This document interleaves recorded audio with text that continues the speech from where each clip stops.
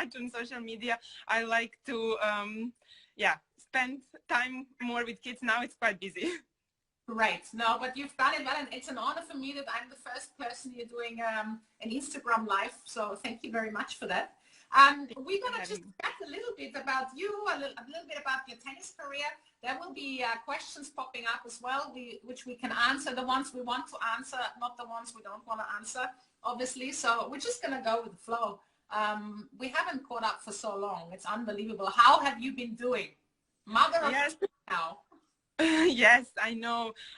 Really, time flies, and with the kids, you realize that even more. But it's so good to see you. And I always think of our times. And I stayed at your house in Nusa, and then we had so much fun. I remember in 2008, you were interviewing me after my every match, and it was kind of lucky charm. So I know, it's so nice to see you again and to be able to chat. And we caught up briefly before this, and when you called me to join you on Instagram Live, and I felt like we could talk for hours.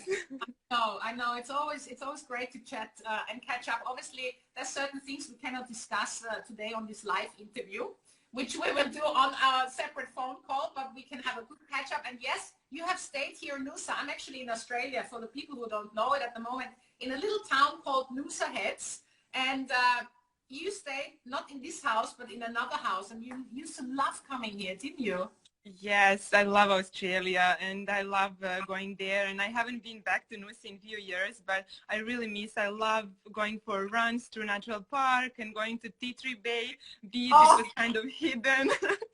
I know. It brings back a lot of memories, and I can't wait. I promise Basti I'll take him there and kids. So I'm just waiting for a good opportunity to make a trip. Yes, it's a little bit tough to travel now, but we obviously would love to have you here. You still have your relatives in Melbourne, right? Yes, yeah. And actually, I was in Melbourne last year. Yeah. Basti also came, and my older son was there, and I wanted to make a trip together with Nusa, but then Basti had to go back for work, so we didn't make it, but we'll go back for sure.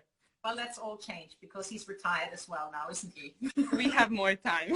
Have more time, exactly. So tell me, Anna, how has this special, weird time with this COVID virus been for you? You obviously had to be in lockdown as well, which is not an easy thing, I suppose, with two little kids.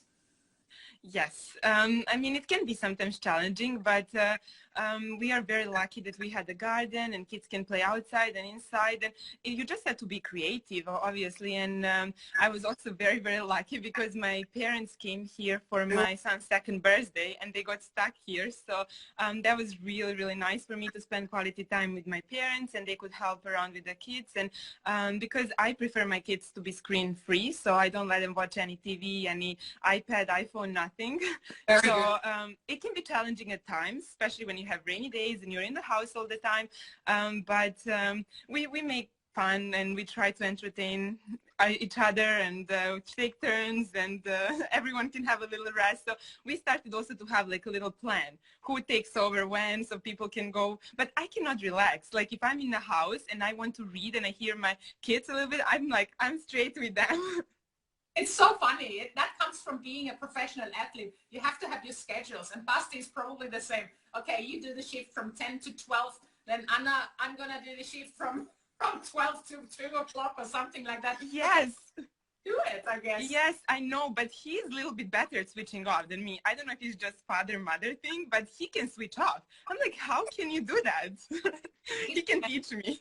It's a man. How are you sleeping these days? You don't sleep. You don't ever sleep the same, right? Once you have kids. No, you never sleep the same. And I must say, 2 years, I literally didn't sleep. But now we are getting out of it. The touch wood. Probably tonight will be the worst night. It's always when you say. It's but, always. No, we are very lucky. They sleep quite good. My older one still wakes up sometimes, wants to jump in our bed, but yeah, it's all cute. Now, sorry. The older one is about 2, right? 2 years yes, old? He just turned 2 in March.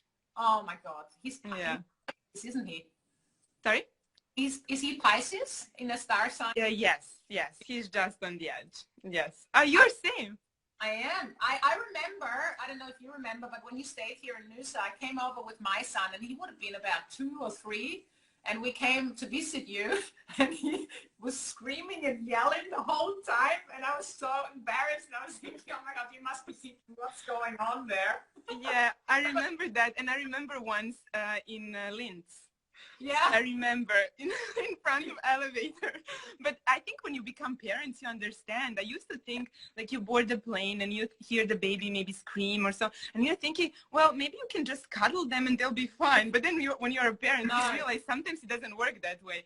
So you have to tell the stories. But I'm really lucky that my boys travel well. Well, now we haven't been able to travel for a while, but we're always on a go, and I want them to get used to that. Yeah, well, you obviously love traveling. You've traveled all your life, and Basti probably the same. So it's the same with our family. I think we just have to. We can't stay still for too long. And I think it's good for the kids. Hey, what languages are they? Are you speaking Serbian to them? Basti speaking German, and then they pick up English as well. What's happening?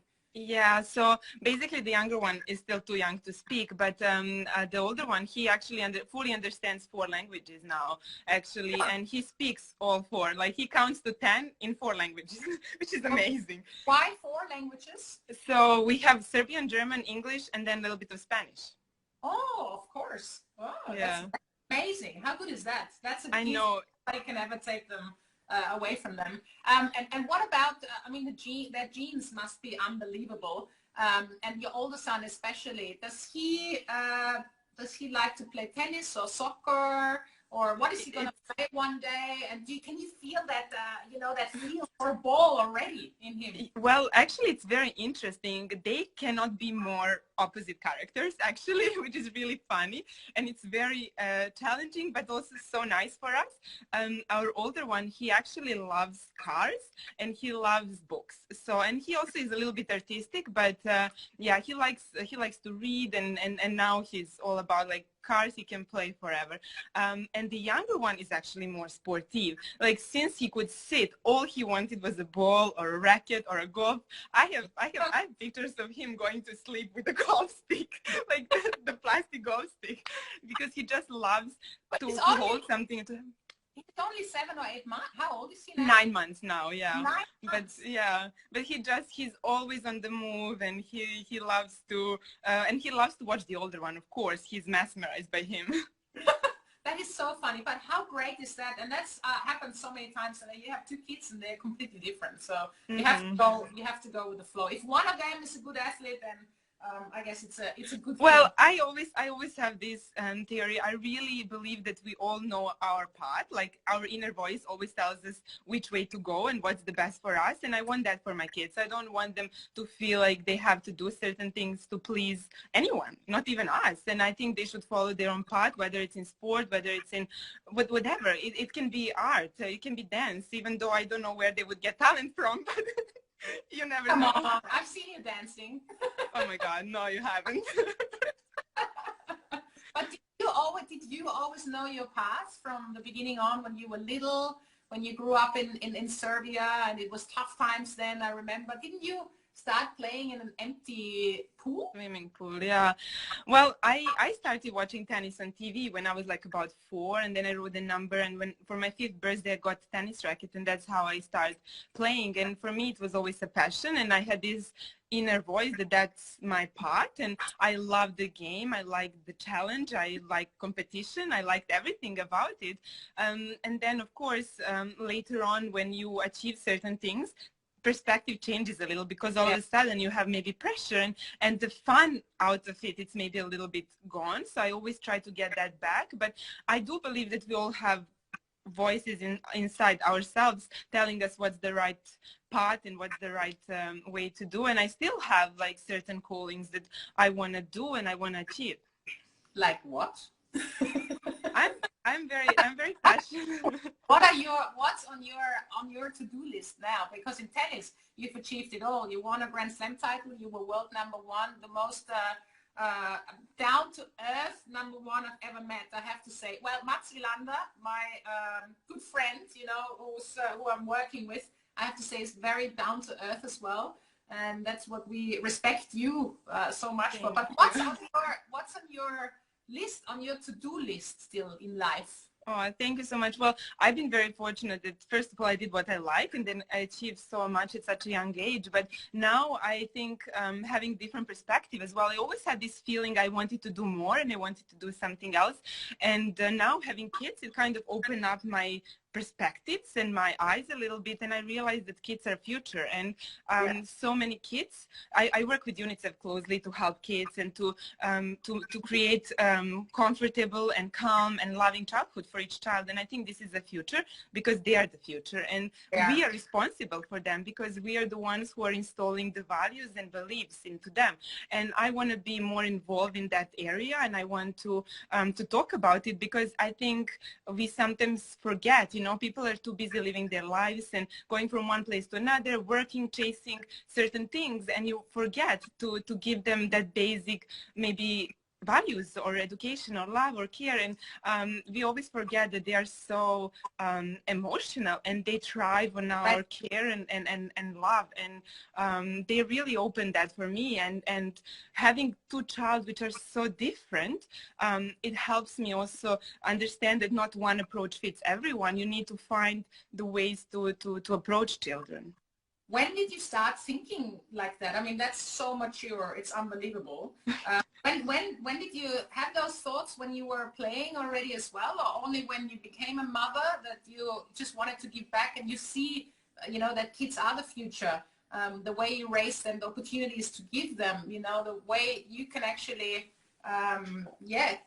guide them to the right path as well. And well, when I was playing, I saw it, but a little bit differently because I understood how many kids or players were maybe forced to do something they maybe didn't really enjoy, or they were frustrated to do what parents thought they should be doing. And not only in sport, in life in general, if the family is lawyer, they should be a lawyer. If family is doctor, and I think this is wrong because I think every one of us has their own gifts and their own talents, and I think we need to allow them to shine and so on. And when I had my kids, I realized that because everyone keeps saying, oh, soccer, football, soccer, tennis, and I was like, you know what? No, I mean, you never know. It's just encouraging them to find what is it that they love. And in saying that, you realize how many kids don't have that privilege. And sometimes I understand people maybe don't have financial support or so on, but it's not about that. You realize it's a simple things. And when you look back, what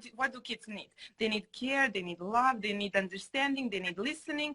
And that's not easy always, but they cost nothing. And this is where I started to develop this passion, and this is the direction I kind of want to go a little bit. And especially this time now that we live through, it's scary, but it's also inspiring. And I think we want to wake up in a better world, and I want that kids and the next generation understand that. And who is teaching them? It's us, and we need to also wake up.